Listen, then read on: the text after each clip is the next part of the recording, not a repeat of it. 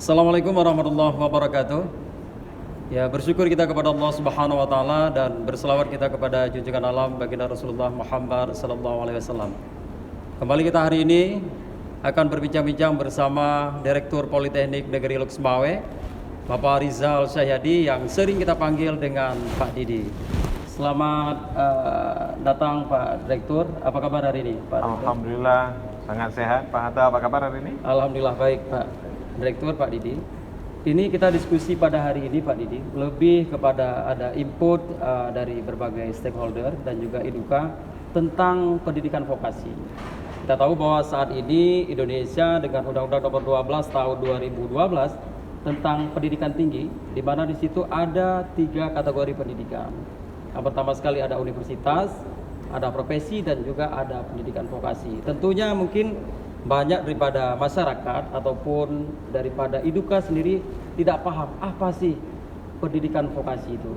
Bisa dijelaskan kira-kira Pak Direktur? Baik, terima kasih Pak Hatta dan juga rekan-rekan Eduka. Pada kesempatan hari ini kita akan coba atau saya akan mencoba menjelaskan apa pendidikan vokasi itu. Ya. Nah, pendidikan vokasi itu lebih diarahkan ke tingkat praktikal. Praktikal, Pak. Jadi kalau rasionya adalah praktikal itu lebih besar daripada teorikal. Dan di pendidikan vokasi kita diberikan ruang 60 bahkan hingga 70% 70% menjadi untuk praktikal. Ya. dan sisanya adalah teorikal. Ya. Dan pendidikan akademik yang diselenggarakan di universitas atau institut, dia kebalikan dari pendidikan profesi ini nantinya. Dan di pendidikan vokasi dia ada tingkatan. Siap. Kalau sekarang diploma 3, sarjana S1 terapan, magister terapan, dan doktor terapan. Dan ini amanah undang-undang yang coba dikembangkan oleh kementerian kita, Kemendikbud. Berarti sekarang dipisahkan antara pendidikan akademik dan vokasi. Vokasi juga berarti sekarang diberikan ruang sama seperti universitas. Demikian, Pak Direktur? Iya, benar Pak Hatta. Jadi pada periode Kemendikbud periode kali ini 2019 hingga 2014 di Dirjen Direktorat Pendidikan Tinggi itu dibagi 2. Ya. Pendidikan tinggi yang dinamakan Dikti dan pendidikan tinggi vokasi yang dinamakan dengan Diksi. Diksi. Nah, memiliki masing-masing dirjen dan organ tersendiri. Nah, organ di sini termasuk di dalamnya ada 4 direktorat yang saling mendukung untuk memajukan pendidikan vokasi ini. Berarti keempat direktorat itu untuk mensupport pendidikan vokasi begitu ya? Ya, benar Pak. Begini Pak Direktur, kalau 70% tentunya ini kan untuk melatih skill dan keterampilan. Benar. Namun dunia saat ini kan butuh hybrid skill lah. Ya. Kita tahu ada hard skill dan soft skill. Untuk soft skill sendiri ini bagaimana nih Pak Direktur? Nah, inilah pentingnya kita membentuk karakter soft skill pada mahasiswa vokasi. Ya. Nah, nantinya akan muncul Permendikbud vokasi Ya. yang juga di dalamnya ini menekankan pentingnya soft skill. Ya. Jadi soft skill ini akan munculkan menjadi salah satu mungkin mata kuliah yang akan diberikan kepada mahasiswa. Dan letaknya bisa jadi dalam materi, dalam artian untuk pendidikan vokasi ke depan bukan hanya hard skill tetapi juga IT, literasi. Kemudian yang kedua juga pengembangan terhadap bahasa asing, dalam hal ini bahasa Inggris. Dan itu merupakan salah satu atau cikal bakal untuk membuat adik-adik lulusan vokasi ini menjadi lebih confident dan dapat bersaing bukan hanya hard skill yang dipelajari di lab ataupun di workshop, tetapi juga soft skill dalam keahlian IT dan bahasa asing. Ya. Jadi begini nih Pak Direktur kan, kita tahu bahwa saat ini di Dirjen Vokasi ada yang namanya Direktorat Pendidikan Tinggi Profesi dan ada Direktorat Kemitraan Penyelarasan Dunia Usaha dan Dunia Industri atau lebih dikenal dengan Mitra Studi. Jadi ya informasi sih yang kami dengar bahwa saat ini Kementerian Pendidikan melalui Dirjen Diksi lagi mengharapkan supaya link and match antara dunia usaha, dunia industri dengan pendidikan vokasi ini terus berjalan. Iya, benar. Atau bahkan sekarang diharapkan plug and play, bukan hanya sebatas link and match. Ini bagaimana nih penjelasannya, Pak Direktur? Jadi mungkin lupa saya jelaskan tadi bahwasanya di Dirjen Diksi ini ada 4 direktorat. Yeah. Yang pertama Direktorat SMK. itu merupakan adik kita paling bungsu tentunya yang akan mengisi nantinya, yang akan melanjutkan pendidikan ke vokasi. Vokasi ya. Kemudian Direktorat Pendidikan Tinggi Vokasi dan Profesi, itu berisikan adalah politeknik, sekolah vokasi, dan perguruan tinggi yang arahnya ke vokasi. Siap. Kemudian Direktorat Pelatihan dan Kursus.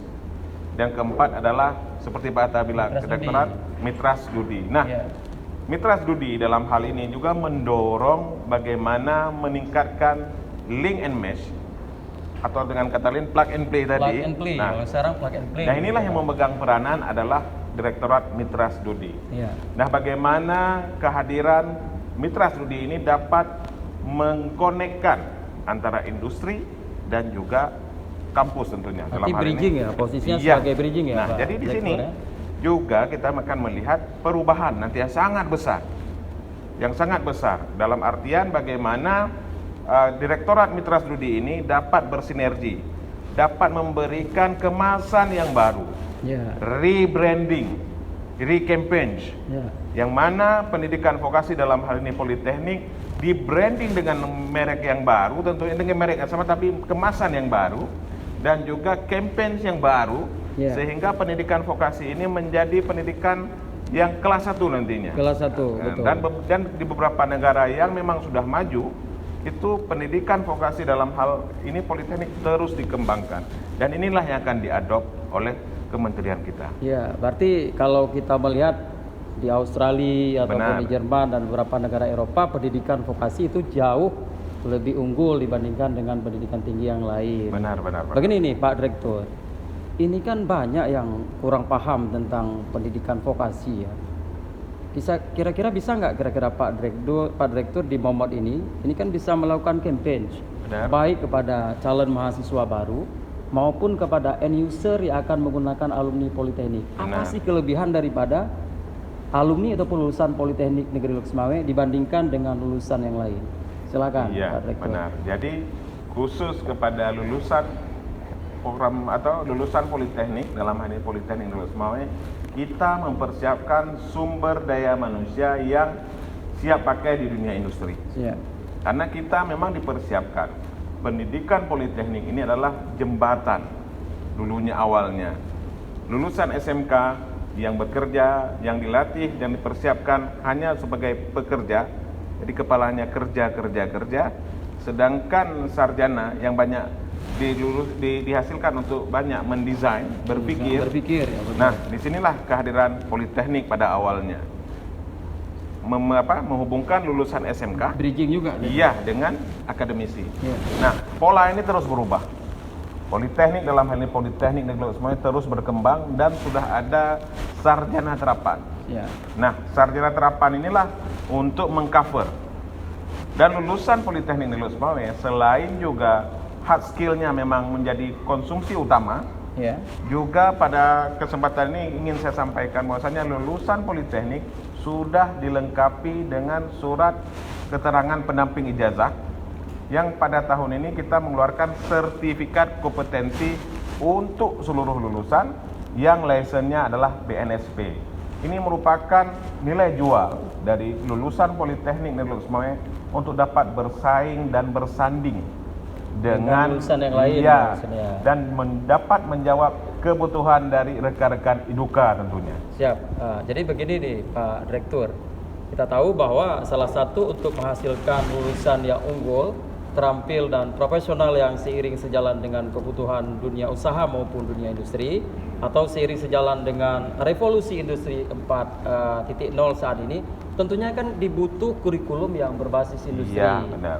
Jadi apakah Politeknik Negeri Lok Sumawe telah menselaraskan kurikulum ini sesuai dengan kebutuhan dunia industri? Iya. Itu bagaimana Pak Direktur? Tepat sekali. Nah, di Politeknik kita mempersiapkan kurikulum di prodi itu minimal 20 SKS di industri. Per semester? 20 SKS dalam artian boleh dicicil, tapi tidak terlalu di awal atau di akhir, dan boleh dalam satu semester. Contoh misalnya di sarjana terapan boleh diletakkan di semester 6 atau semester 7. Kalau di diploma 3 di semester 5 itu silakan. Nah, Kenapa kita letakkan ini? Karena kita mengundang bukan hanya stakeholder, mitra bisnis juga kehadiran para IDUKA ataupun rekan-rekan kita di industri dunia usaha dunia industri untuk dapat meramu kurikulum ini.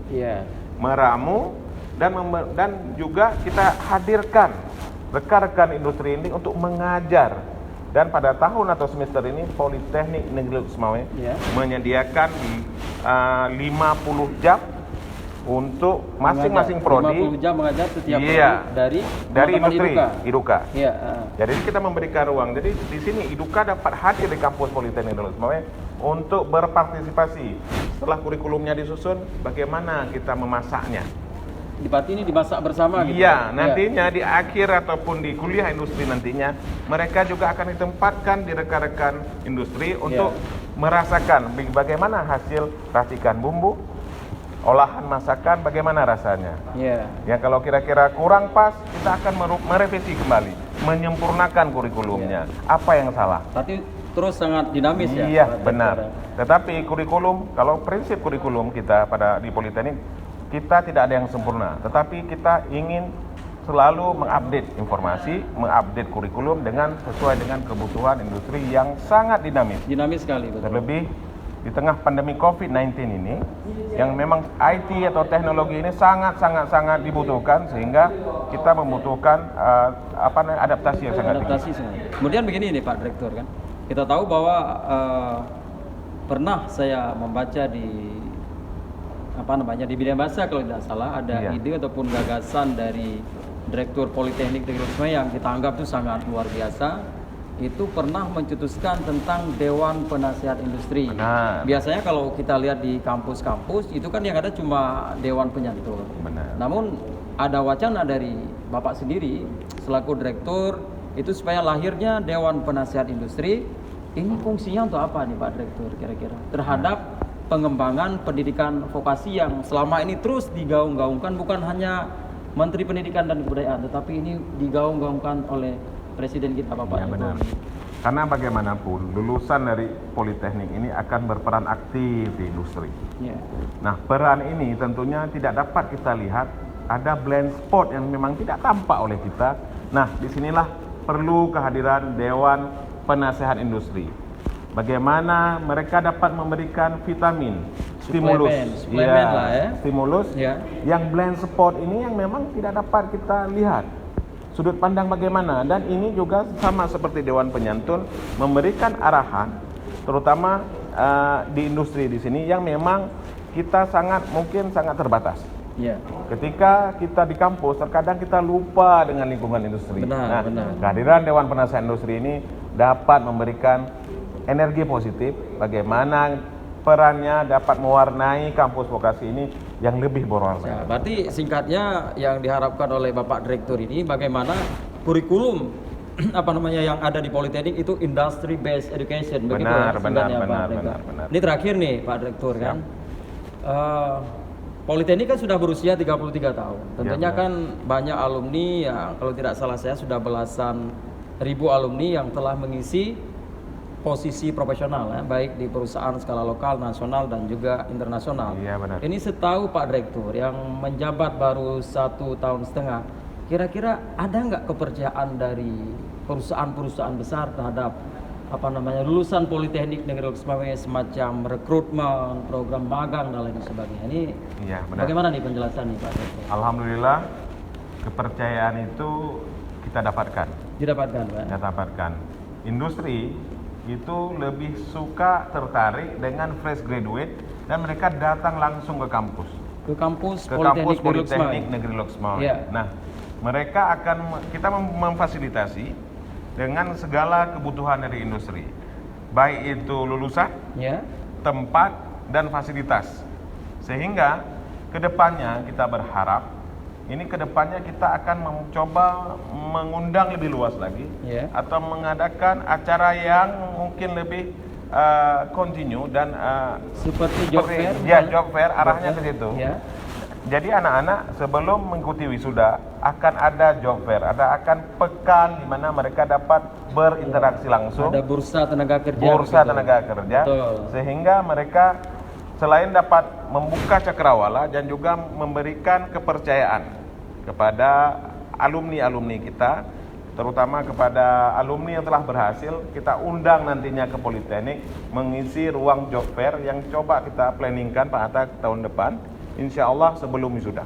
Ya, ini terakhir nih Pak. Ya benar. Seharusnya tadi udah terakhir.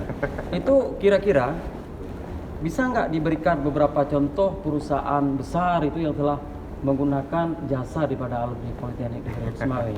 Ini penting nih Pak Direktur, ini untuk memberikan stimulus bukan hanya kepada calon mahasiswa, juga kepada orang tua mahasiswa, dan tentunya juga kepada stakeholder. Iya. Stakeholder di sini bisa dari dunia usaha, dunia industri maupun dari pemerintah sendiri, sehingga keberadaan daripada Politeknik Negeri Semawai ini memang betul-betul sebagai kontributor dalam rangka menghasilkan sumber daya manusia yang berkualitas. Ini salah satunya saja Pak Hatta. Ini kita apresiasi dan rasa terima kasih kepada pihak Pertamina. Bagaimana mereka dah hadir di Politeknik meminta lulusan Politeknik fresh graduate untuk dapat ditempatkan di Pertamina Hulu Energi yang ada di sekitar kampus kita. Betul. Di Aceh Utara tentunya. Dan di dalam proses ini kita hanya memberikan mahasiswa yang memang mereka kriteria IPK, akreditasi tentunya, dan juga ada batasan umur dan sebagainya untuk bersaing. Dan alhamdulillah 18 tenaga kerja ataupun 18 yang mereka rekrut semua alumni Politeknik Negeri Lok Semawai, dan juga ketika membuka formasi ini memang yang dicari adalah lulusan Politeknik Negeri Lok Semawai. Itu baru di Pertamina Hulu Energi. Dan ini boleh dibuktikan, Pak. Kalau yang perusahaan-perusahaan lain kan kita tahu di Lok Semawai ada yang namanya Pupuk Iskandar Muda yang besar, kemudian ada yang namanya PT Pertaharum Gas. Itu bisa nggak dijelaskan? Ada nggak alumni Politeknik Negeri Semawai di sana? Sangat banyak. Itu salah satu contoh. Kalau di Pupuk Iskandar Muda, memang dalam level diploma itu kita, ya alhamdulillah, anak-anak lulusan kita dapat bersaing dan mengisi posisi-posisi yang strategis tentunya. Bahkan di Perta Arun Gas, salah satu alumni ini sudah sampai ke posisi di Pertamina di Jakarta dengan posisi yang sangat menjanjikan. Di samping itu juga yang mengoperasikan ladang ataupun di PAG, PT PAG ini sebagian besar saya tidak berani mengkampanye. Di PHI atau di PAG? Di PAG. Di PAG saya tidak berani campaign, tapi sebagian besar itu boleh dicek sendiri Pak Hatta atau rekan-rekan di sini yang mengikutinya. Sebagian besar yang merunning dan mengoperasikan industri-industri besar di kota Lok Semawai bahkan Aceh Utara ini adalah lulusan dari Politeknik Negeri Lok Semawai. Ya, terima kasih Pak Direktur. Ini sebelum kita closing ini mungkin ada ya 1 menit lah statement dari closing statement dari Pak Direktur. Ini bagaimana supaya Politeknik Negeri Lok Semawai ini kepercayaannya terus tumbuh di mata industri dunia usaha niaga, begitu juga dengan stakeholder. Dengan stakeholder kami persilakan. 1 menit aja nih Pak Direktur. Ya, bagi rekan-rekan Iduka, pada saat ini saya mengundang dan mengajak seluruh Iduka, bukan hanya yang ada di Provinsi Aceh, juga yang ada secara nasional di seluruh Indonesia.